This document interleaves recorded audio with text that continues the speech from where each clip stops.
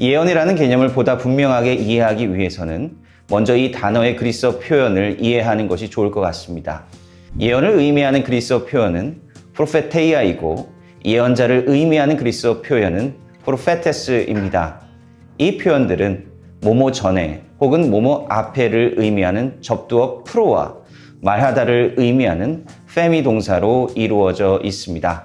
여기서 접두어 프로는 공간적인 의미와 시간적인 의미를 모두 가지고 있습니다. 이 접두어를 공간적인 의미로 생각한다면 예언이란 어떤 이 앞에서 말하는 행위, 즉 어떤 이의 말과 뜻을 대언하는 행위를 의미하는 것이 되고, 이 접두어를 시간적인 의미로 이해한다면 예언이란 즉 앞날의 일을 예견하다가 됩니다. 이 두 의미 모두 성서 속의 예언 개념과 잘 연결되는데, 그 중에서 전자의 의미, 즉 대언의 행위가 성서에 나타난 예언의 본래적인 의미입니다. 우리말 사전에서 예언이라는 항목을 찾아보면 이 단어는 미리 예자와 말씀 언자로 표기되어 앞으로 다가올 일을 미리 알거나 짐작하여 말한다라고 정의되어 있습니다. 그리고 기독교에서 말하는 예언의 개념 역시 이 사전 항목에 포함되어 있습니다.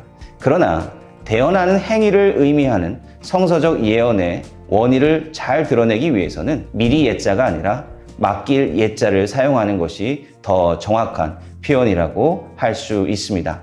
즉, 성서 속의 예언은 하나님의 말씀을 맡는 이를 의미하는 것이고, 예언자는 하나님의 말씀을 맡은 자를 의미합니다.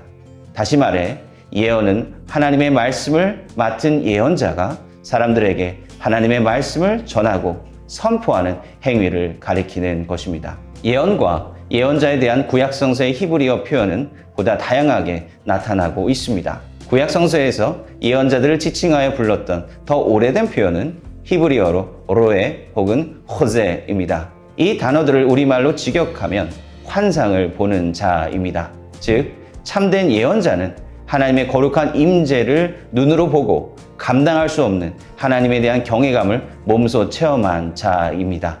그렇기 때문에 몇몇 예언서들은 자신이 참된 예언자임을 증명하기 위해 하나님으로부터 소명을 받았던 그 순간 그가 목도했던 신비한 체험을 제시하기도 합니다. 구약성서에서 예언과 관련하여 이 단어보다 더 보편적으로 사용되는 히브리어 어근은 나바이고, 예언자를 일컫는 명사는 나비입니다. 비록 히브리어는 아니지만 이와 동일한 어근을 갖고 있는 아카드어 단어 나부라고 하는 동사는 부르다라는 의미를 가지고 있습니다. 만일 이 아카드어 단어와 나바라는 히브리어 어근이 연관되어 있다면 예언자를 의미하는 나비는 부름받은 자를 의미하는 것이죠.